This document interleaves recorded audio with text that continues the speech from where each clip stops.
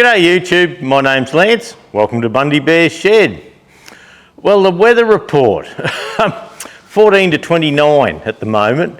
And yeah, look, it's hot and sunny. There's quite a bit of breeze around. There's been a cyclone way out to sea off the east coast of Australia. And on the weather last night, they were saying the effects of that are that we have strong winds here. So the strong winds have brought quite a few bushfires and things going on like that. And last week, early in the week, there was a series of light storms sort of come through from the west, and they had like dry lightning strikes, and they set some fires going. So there was some bushfires or wildfires, whatever you'd like to call them, and there was 69 of them in Queensland at one stage. So we've had some here to the west of us, and yesterday afternoon Judy and I we've been working on the camper, getting that ready for a run, and I'll tell you what I've been doing in the shed here, shit everywhere. But yeah, we've been working away at things like that on the camper and in the shed here, and helping Paul do his shipping container. And yeah, yesterday, and I suppose it'll be the same today by all accounts, up until dark we had the little yellow planes flying across, and they'd fly across here, they'd pull down into the river down there, fill up with water, then off they'd go. And they were doing a cycle perhaps every half an hour. So yeah, they'd get to where they were going, dump the water, turn around, come back, load up again, and off they'd go. Probably, yeah, some of them were only even 20 minutes. So yeah, it's all hands on deck at the moment. Out western Queensland, which is around Tara and that, there's 30 something homes gone. But look, that's 4 hours, 5 hours west of us here, long way away. North of us towards Agnes Water and 1770, there is where Judy's sister lives up there. North of them, but towards Miriam Vale, there was a evacuation up there too. So we've got all this big bush next door, and we're all just hoping that doesn't bloody light up one day. But I do have the 1,000 litre pod with the pump on it, and as long as we can keep power on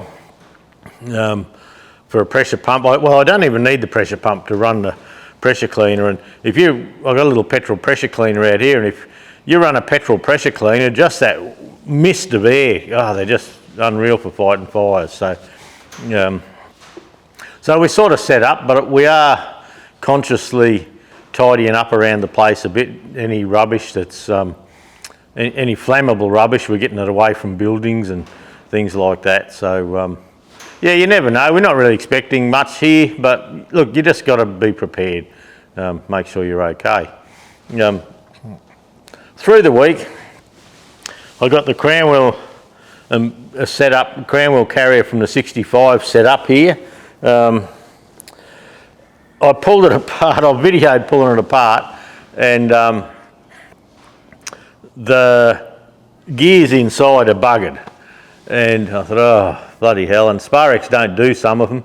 So I thought, well, what do I do there? I did wreck a 188 a while ago, and some of the gears in that I chucked them in the rubbish, because I thought,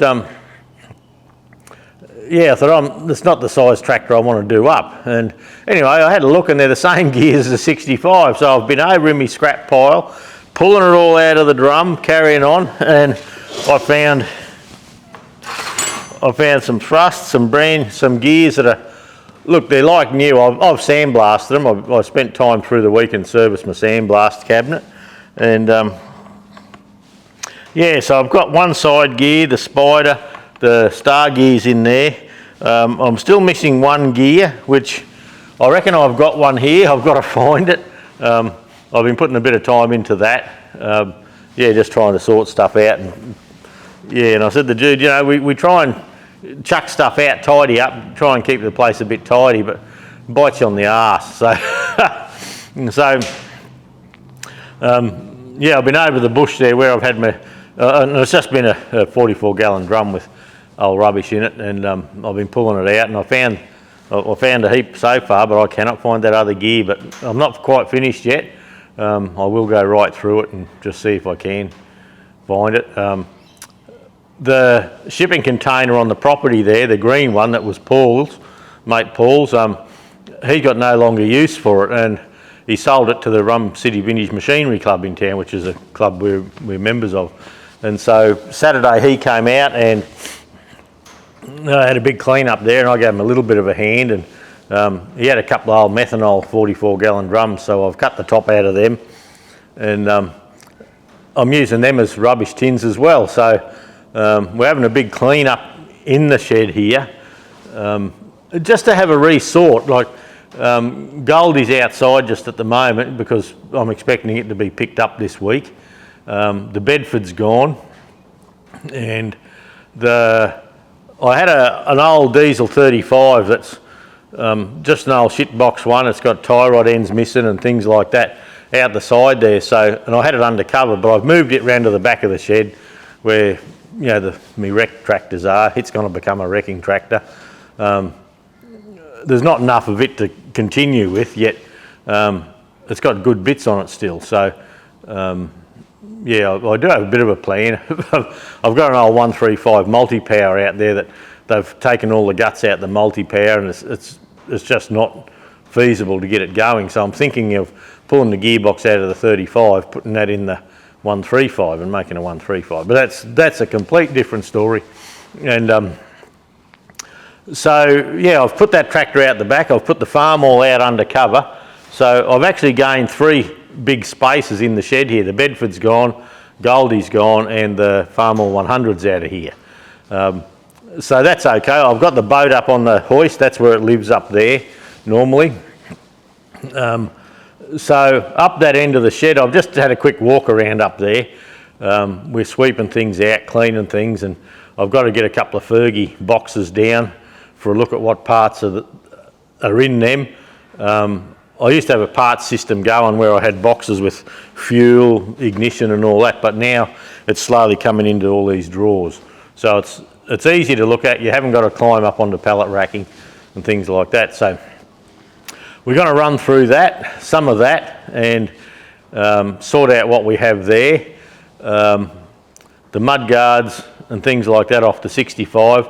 Look, they're not bad, but I just want to put new ones on. So we'll probably have a box sitting up there with mud guards then if we have a major tidy up one time. Or, you know, perhaps later when Sparex isn't sponsoring us or something like that and I have time to cut rust out and that on mud guards, well, pardon me, I can take the time and do it.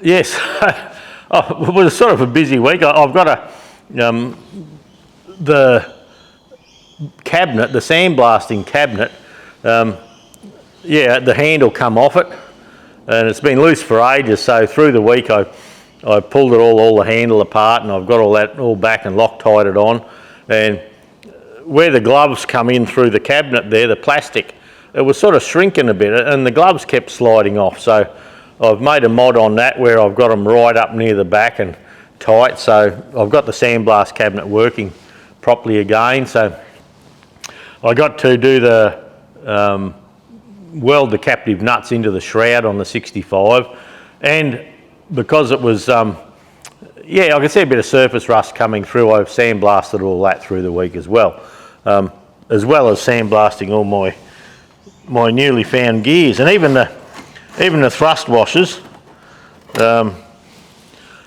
Yeah, there's 2 35, they're 35 135 ones, and these are 188 ones.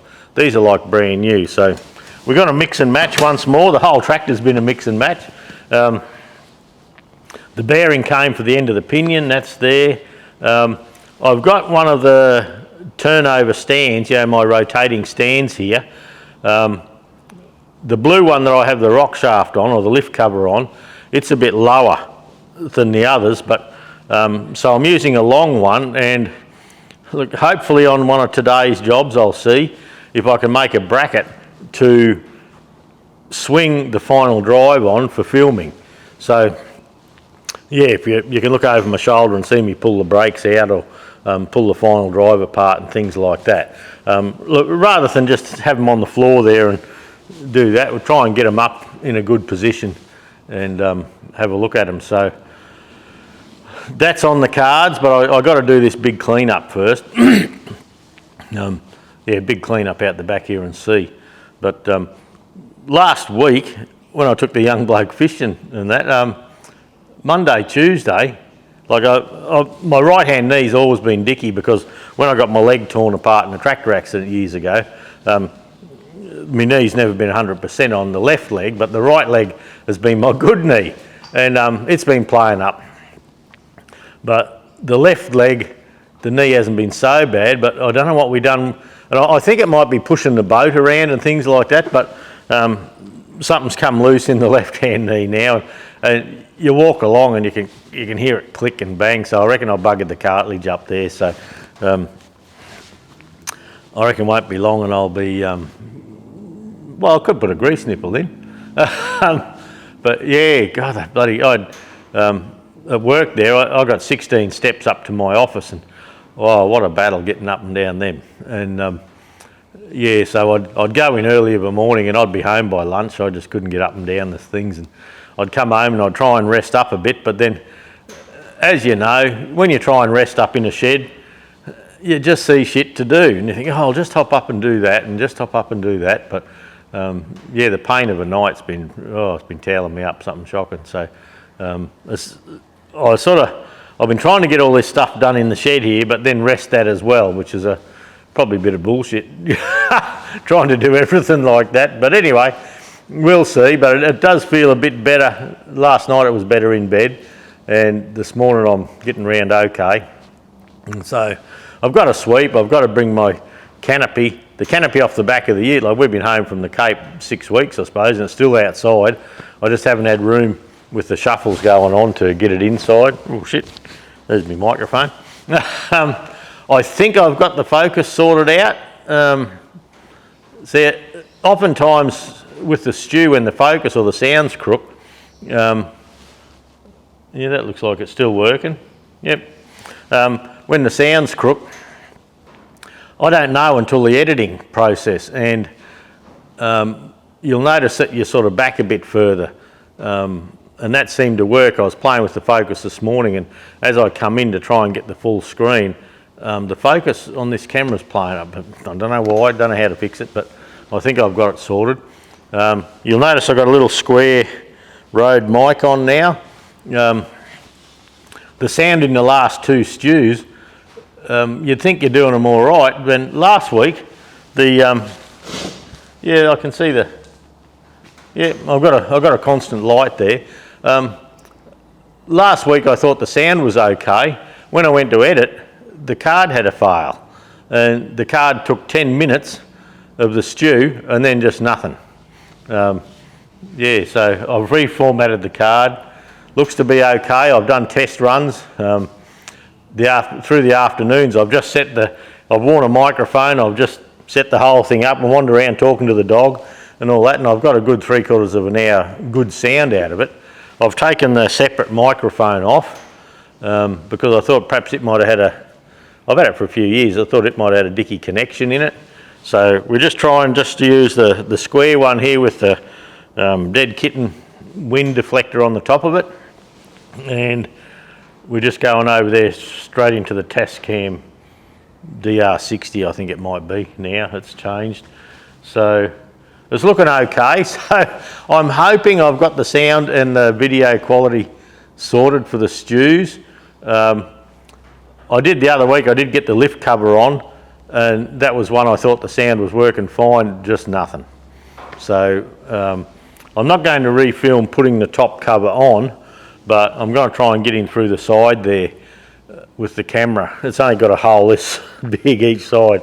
I'm going to try and get in there and show you how to adjust the just where the roller goes, where it touches the levers. It's a simple job, but getting the camera in might be a bit of fun.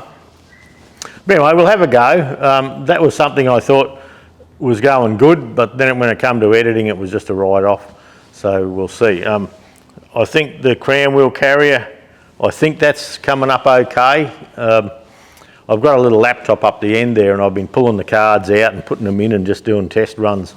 So I wonder how come I get so bloody busy, but by the time you have for this week, well, I've put a solar panel on the camper trailer. It's up the front being tested at the moment. I've shuffled the tractors round to give me more room in here. I've fixed the sandblaster. I've done the shroud on the tractor here. Done all that, and then you think, oh, I wonder what I've been doing. I don't seem to be getting ahead very far, but well, we'll get there. Sparex, I haven't ordered much from Sparex lately. I haven't needed stuff to start with, and then I sort of caught up with, I had more stuff than I had time to do the job. So the big bearing on the diff here, I just worked out that I hadn't got one of them. And I sort of remember now, when I was ordering parts, if they haven't got any in the country, sometimes I leave it and I think, oh, I'll look at that later. Well, of course, thought he done it, but he didn't. And I've had a couple of mudguards tucked away, but Sparex have got mudguards on special. Actually, you want some mudguards, just the shell ones, in Australia, just PM me. I can probably do a pretty good deal on them at the moment, while stocks last. Yeah, until February I think they've got them on special. So anyway, we'll see. If a subscriber wants some, yeah, you'll have to tell me your subscription name, and yeah, we might be able to knock quite a bit of money out of them, hopefully. We'll see how they go. We'll just spread the love, see what happens. But yeah, I've got a new toolbox for it. The toolbox is something not right about that. I haven't worked that out yet. You know, when you look at something and you think, oh, I'm not sure. So I've got to check that out. But I've got a couple of nice guards there. I've bought the front wheels, and the reason I bought the front wheels now is I can paint the red on the guards. I can, you know, sand them, get them ready, get the seat base ready, painted red. I still haven't got the side panels from the bonnet, but to do some of the panels and all that, I've got stands that I use to clamp them to and things like that. So that's a bit of a rigmarole, and I'm not particularly good at the painting. I sort of like it when it comes out good, but anyway, we'll see. So that's part of what's coming on. But usually if I'm having a painting day, I start painting early in the day, and yeah, I don't let any oil get on my hands or anything like that. It's not a mechanicking day, it's a painting day. So yeah, when you're wet sanding and things like that, even though those panels they come out nice. They're the best guards I know of for sale, but one's got a tiny little ding come up from the bottom on it that I'll have to massage down. It's only just a pinpoint, but you seem to get that. So yeah, we'll see about that. I've got, you know, new nose cones and chins and all that, but I'd like to get this in primer so I can bolt bits on and unbolt them and do that, and just try and test for fit and things like that. And the dash, I'm coming up to where I should be tidying up the base for the dash, you know, where the battery box sits and all that. And I see the other day the fuel tank. I haven't done a thing with the fuel tank. So there'll be a lot of sanding, pressure cleaning, sanding, tidying up. Not much to look at, as in, you know, you don't want to sit and watch me pressure clean a bloody fuel tank. But anyway, we'll sort something out, try and keep a bit of content happening. But today it's cleaned this shed up. Yeah, and with me dicky knee, I can do a lot of that on the forklift. It can do the heavy lifting for me, and I can whiz around and sort stuff. And the canopy's going up in the corner, then the John Deere's coming in front of that. So when I need the canopy, I won't need the canopy till March, April, May next year. So it can stay up the back out of the way, and then the John Deere can come in front of it. I'm going to try and sell the John Deere soon, and yeah, I can start the John Deere and drive it out, and to get the canopy, then put the John Deere back. So that'll sort that corner out for the moment. The 135, I've got the canopy on, like the canopy mounting kit that Sparex sent years ago was the wrong one, and I probably ordered it back then. And I got another kit. They've run out of medium kits, so I've ordered a small kit. Then the U-bolts didn't fit, so I've been off to town to get U-bolts. That's all bolted up now, in place. Some of the nuts and bolts, the hardware is not the best, but I'm just going to get it off, get it in place, get it set up. I do have to run the wire up to the flashing light yet because I have to have that for Rego. And then the 135 will be done. I've got to put the number plate on the front and just a few things like that. So it was done, but then I started playing again and it wasn't done. So that's how it works. So, but I'm going to shift the John Deere today, shift it where it is, put it back into another place, shift the 135 out into the sun, give them all a bit of a wash. I'm up at the house there, we're getting very low on water and I'm doing okay up the back here, so I'm just working out a little plan to transfer water from the back up to the house if we need to, save buying it. They say now it's up to 6 weeks wait if you need a load of water. It's that dry in our area now, so if your tanks are getting low like ours are, they reckon just put an order in, just get it in the line. But we do have some water in here in the big tank up the back that would get us going, and November is traditionally storm season, so November, December you get some cracker storms normally, so yeah, we're just we're sweating on a couple of those storms. See how we go. Young Freya has been going great. Yeah, little bugger, full of energy, but this November the 2nd she's going down for the big open heart surgery, so she has been going well. She's been looking good. Yeah, you know, ball of energy, ratty, cheeky little kid like normal. But yeah, I'm pretty sure the surgery is booked in for November the 2nd, and that's major surgery. That's open heart surgery. They've got apparently one of the valves in her heart's not working properly, and the muscle's not real good in there somewhere. So yeah, she's going to get either probably an artificial valve there maybe, and as her body grows over the years, perhaps every 4 or 5 years until she becomes an adult, they'll have to upgrade things as it goes. So yeah, probably a bit of a stressful week for the kids again. Yeah, that can't be good. They stay at Ronald McDonald House down there, and look, if you've got some money to give to charity, just give some to them. It costs them nothing. Yeah, they've been very accommodating to families from out of the area. Like we're 4 hours north of Brisbane, and yeah, with kids and that, you know, if you had to pay a house payment or pay rent at home to keep your house and go down there and start paying for motels, I just don't know how you'd get by.